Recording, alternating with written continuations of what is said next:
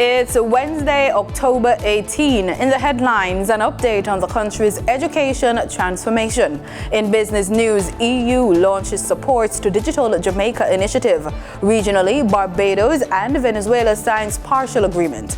Internationally, UN Chief Guterres condemns collective punishment of Palestinians. And in sports, government to provide $150,000 monthly subventions to Premier League clubs.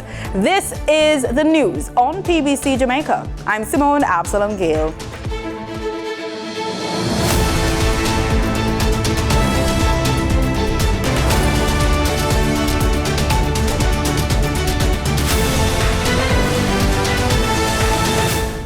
Good things are happening in Jamaica. That's the word from Prime Minister Andrew Holness as he reflects on the legacy that has been passed on through the work of Jamaica's national heroes.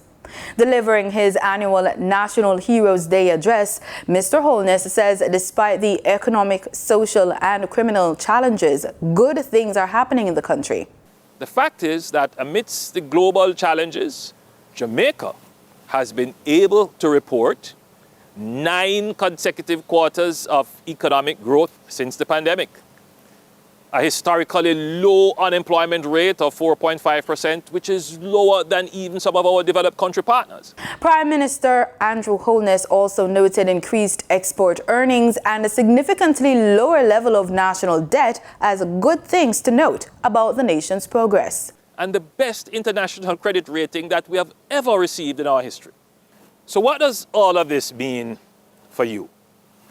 It means more jobs and more economic opportunities. It means your government can now allocate more money in the budget to fix our roads, build more houses, supply water to our communities, improve our schools, improve our hospitals, pay our police, teachers, nurses, and workers generally more. He's urging Jamaicans to work hand in hand to build a Jamaica that continues to shine as a beacon of progress, inclusivity and prosperity.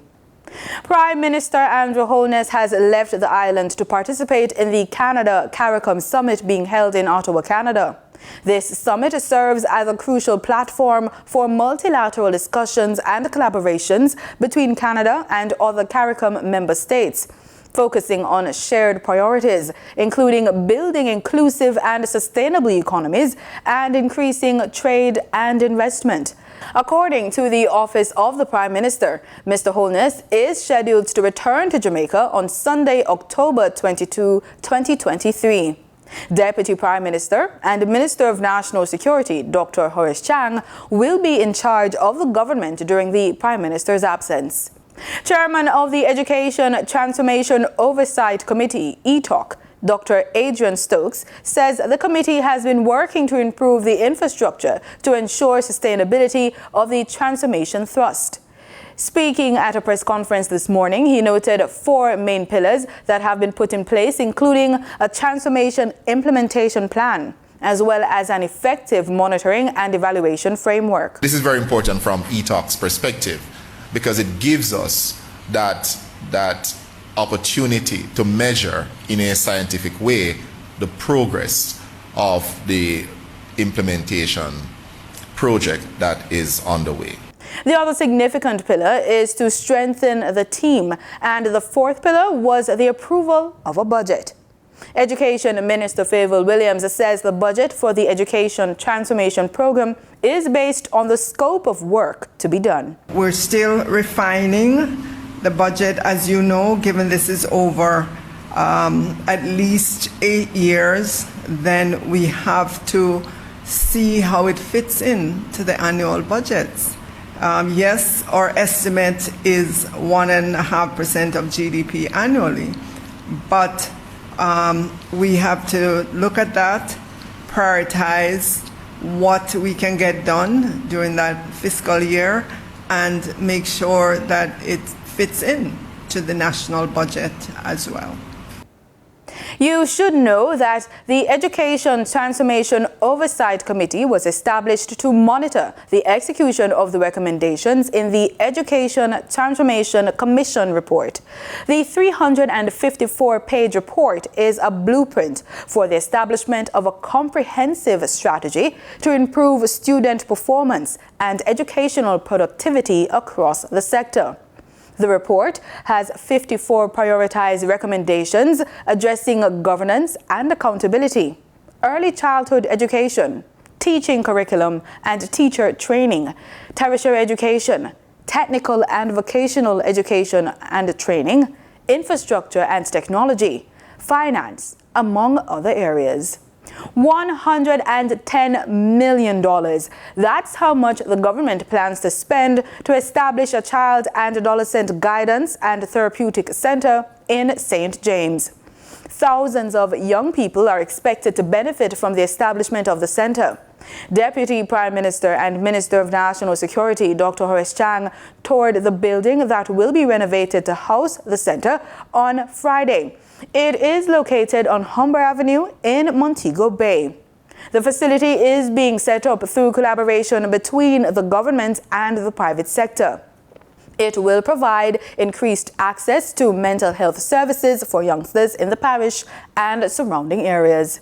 Time now for the business report with Danita Rodney.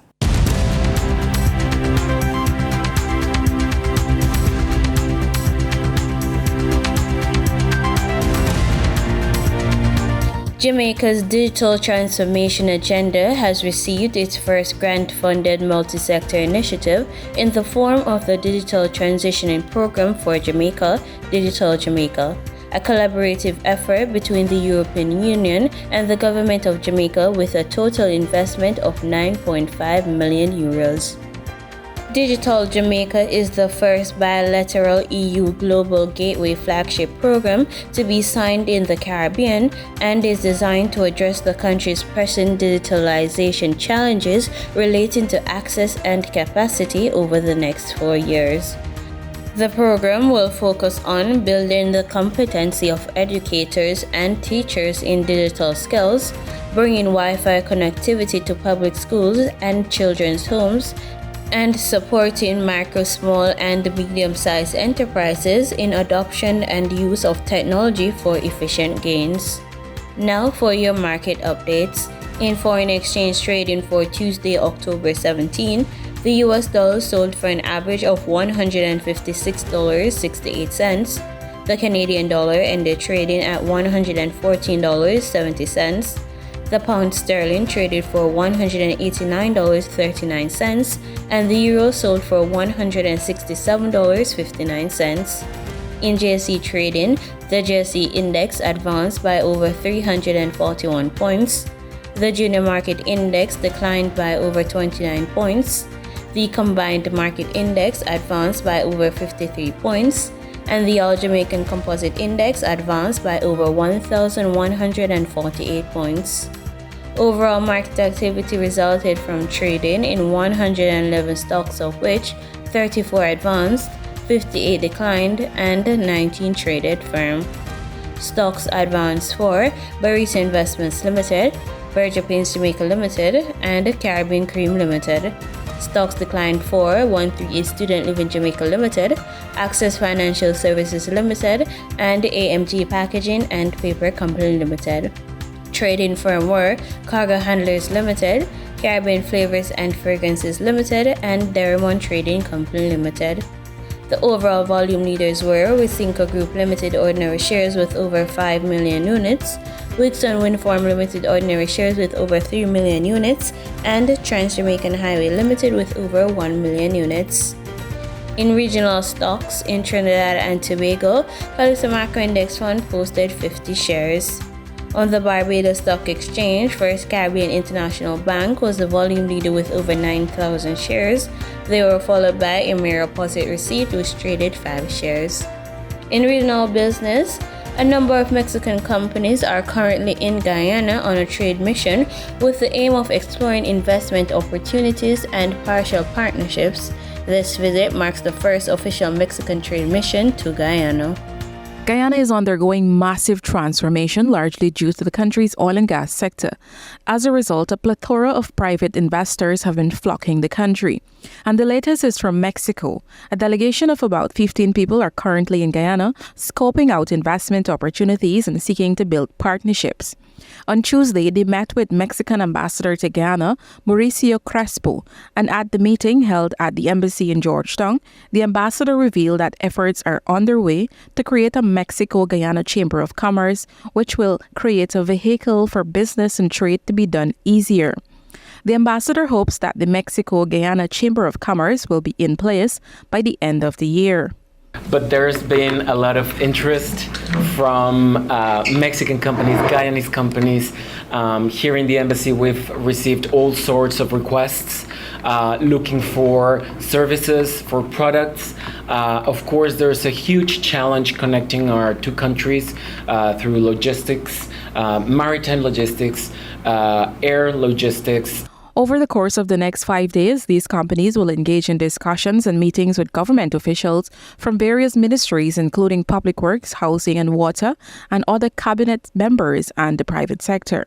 We know that Guyana is developing a huge network of infrastructure, roads, new ports, expanding their airports. So that all has attracted the attention of Mexican companies, and that's why we are pushing to develop and strengthen the links between Guyana and Mexico. Leading the mission is Ricardo Magana, who explained that the mission's primary goal is to show Mexican companies the business environment in Guyana and help those interested in investing and build partnerships. This is an exploratory mission. It's the first one of many, we hope many. So we're looking forward to get great things together and team up with and pretty much do a lot of things for the benefit and the prosperity of both of our nations. Meanwhile, Rush Khan, the president of ACE Consulting Group, also attended the meeting and offered his company's expertise to the visiting companies. So we assist companies with getting set up in Guyana, whether that's JVing, matchmaking, trying to find partners, or just trying to get your compliance right in Guyana. And so we're happy to support. We're delighted to see the interest. You know, a lot of people talk about being interested in Guyana, but you're doing what most people don't, which is you're here, you're visiting, you're actually taking the time and investing the resources to be here and to see, you know, this 83,000 square miles of opportunity. Additionally, Ambassador Crespo said he is also working with Guyana's ambassador to Mexico, Zulfikar Ali, to develop trade missions to Mexico. For the newsroom, I'm Isanella Patwo. In international business, Wall Street's main indexes ended flat to lower as Treasury yields rose on robust economic data, and shares of chip makers fell on the news of new export restrictions to China. The Dow and S&P 500 were mostly unchanged, the Dow ticking up slightly, the S&P down slightly, while the Nasdaq shed 0.25%. Data out Tuesday showed retail sales increased more than expected in September, as did factory production, spurring a jump in Treasury yields, which helped drive stocks lower. It's starting to feel like the old good news is bad news days in the market. Liz Miller is founder and president of Summit Place Financial Advisors. The market's trying to decide, does all the good news mean, yay, we're a pretty good economy coming out of a slowdown, or does it mean our Federal Reserve has to keep hammering us with higher rates? Also pushing stocks down, the Biden administration's announcement of plans to halt shipments to China of more advanced artificial intelligence chips designed by NVIDIA and other companies. Shares of NVIDIA fell more than 4.5%, even though the world's most valuable chip maker said it does not expect the curbs to meaningfully impact near-term financial results. Some upbeat earnings reports helped limit declines, including from Bank of America, whose shares gained more than 2% following the bank's quarterly results. And shares of Lockheed Martin edged up marginally after the defense contractor reported better than expected third-quarter revenue and profit. In market data for oil, global oil prices rose on Wednesday as the risk of escalating conflict in the Middle East Brent crude futures were up $1.33 to $91.23 a barrel, and West Texas Intermediate crude futures were up $1.28 at $87.94. And that was the business report on PBCJ. I'm Danita Rodney. In regional news, Barbados and some members of the international community have been successful in getting Venezuela's government and opposition to sign a partial agreement. The pact will pave the way for a smoother electoral and political process, a requirement for lifting sanctions now impacting the country's economy. Acting Foreign Minister Jerome Walcott says the conclusion of these negotiations has major significance for the people of Venezuela and also for all Caribbean states. The conclusion of these negotiations and what they portend has major significance not only for the people of Venezuela, but also for all Caribbean states where there is recognition of the Caribbean Sea as a zone of peace. This is a message that Barbados and its regional neighbors have been repeating in all regional and international fora, and that it is never too late for dialogue. Venezuela has always been helpful to the Caribbean whenever energy crises have loomed, from the San Jose Accord in the 1980s to the Petro-Caribe Energy Initiative in 2005. Venezuela has been to support us. Now that the process has been concluded, and Venezuela moves towards regaining its economic independence, we are looking forward in the very near future to a Petro-Caribe II arrangement. Trinidad and Tobago has been granted an amended license by the U.S. for the development of the Dragon gas field, which ends in 2 years until October 31, 2025. Energy Minister Stuart Young says it is a significant amendment which ultimately gives the green light for the Dragon project. Sunil Lala reports. So that OFAC license now is a full green light for us to be able to do what needs to be done. Trinidad and Tobago has been granted an amended license from the Office of Foreign Assets Control of the U.S. Department of Treasury for the Dragon gas field project. Energy Minister Stuart Young said after TNT had been granted a 2-year license to operate the field with Venezuela earlier this year, government made an application to amend the terms of the license. He said the grant by the U.S. now allows the license to run until October 31st, 2025. It also allows the government of Trinidad and Tobago, working along with NGC and Shell, to negotiate complete negotiations and all agreements that need to be done with the government of Venezuela and PDVSA for the development and the production and the export of that gas from the Dragon gas field into Trinidad and Tobago for us to develop it. A major hurdle, he said, has also been crossed with the granting of the amended license. And for us to make payments in fiat currency, as well as US dollars, as well as bolivars, as well as via humanitarian measures, which was what was envisaged initially. Minister Young said he's confident the 2 years granted up until October 2025 is adequate. I don't want to put any time frames on it. I am confident that our competence and the way we've managed things and our continued respect for both the United States, Venezuela, the multinationals, and how we hold our own, that we will be able to get this done and we will be able to bring that gas to Trinidad and Tobago in the not too distant future. Minister Young said he intends to travel to Venezuela soon to have further discussions on the way forward. Sonolala, TTT News. News from St. Kitts and Nevis. In a recent press briefing of the International Monetary Fund on the economic outlook for the Western Hemisphere, Director of the Western Hemisphere Department, Rodrigo Valls, said the replenishment of fiscal buffers and the pursuit of structural reforms that led to medium-term growth are important for Caribbean countries. SKN Newsline's Glenn Bart has more. The director gave his response to a question on the region in the context of slow global economic growth, inflationary pressures, and challenges specific to small island developing states like those in the Caribbean. A policy line for Latin America in general that is common for almost all countries. Usually we have for a few, some for a few others.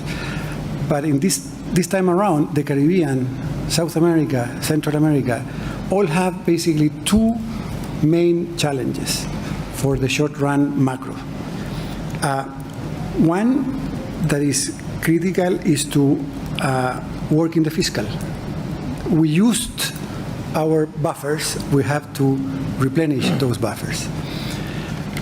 In an environment that could be more challenging with higher interest rates, with growth that is not that high. And the second part is to work in structural reforms that can lift medium-term growth. Again, that is super important for the long run, requires a lot of patience, but we won't grow more if we don't really tackle those. Nigel may want to add something on climate and the region, no?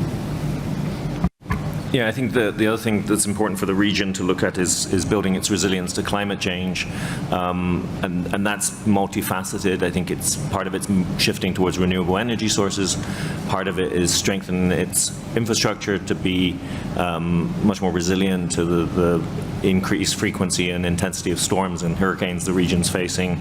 I just mentioned that we have already in place resilience and sustainability fund programs with both Barbados and Jamaica, where we're pursuing a lot of these reforms. We're providing capacity development to the region on many of these areas, including areas such as green taxation, commercial green financing from the private sector. And so I think there's quite a large investment from the fund in the Caribbean to try and help them make this transition towards a lower carbon and a more resilient economic system. Thanks. The current government of St. Kitts and Nevis appears to already be on this pathway, inclusive of pursuing renewable energy and building resilient infrastructure. Glenn Bart reporting for SK Newsline. In international news, UN Secretary General Antonio Guterres says he condemned the attack on the hospital and is calling for an immediate humanitarian ceasefire. More from Al Jazeera. We've also heard from the UN Secretary General Antonio Guterres. He condemned the attack on the hospital. He's calling for an immediate humanitarian ceasefire. I am horrified by the hundreds of people killed at Al-Ahli Hospital this same day in Gaza by a strike that I strongly condemned earlier today. I call for an immediate humanitarian ceasefire to provide sufficient time and space to help realize my two appeals and to ease the epic human suffering we are witnessing. Well, our diplomatic editor, James Bays, is now here on set. Good to have you with us back again, James. So, is this attack on the hospital going to speed up the Security Council's finally to issue a resolution? I think we're going to have a resolution voted on in the coming hours. It's Brazil that's come up with this resolution. We had the one 24 hours ago from Russia, which was not supported by the majority of the Security Council, and the US were lobbying very strongly against that one. This one has been significantly watered down because of US pressure and pressure from the US's close allies, the UK and France. It originally called for an immediate ceasefire. It's now changed that wording to humanitarian pauses. Now, what I'm understanding is that what does that mean exactly then? If we're not, we heard the Secretary General's call there for a ceasefire.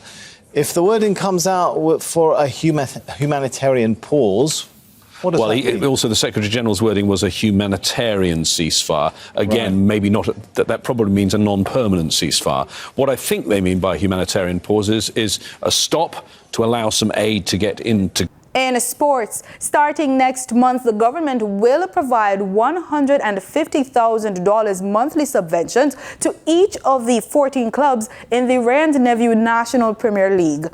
Minister of Sport Olivia Grange made the announcement recently. She says the ministry, through the Sports Development Foundation, will make payments to the clubs from November until April 2024. J3A President Garth Gale, national table tennis coach Sandra Retty were among those honored for their contribution to sports at the National Honors and Awards ceremony at King's House. Gale was awarded the Order of Distinction in the rank of Commander. Retty was another of the sports awardees on the day who received the Order of Distinction in the rank of Officer for contribution to sports and development of young athletes. Longtime sports administrator David Mays and Olympian Dr. Una Morris were the other sports awardees. And that's the news on PBCJ. You can follow us on our social media platforms at PBCJamaica. Thanks so much for watching.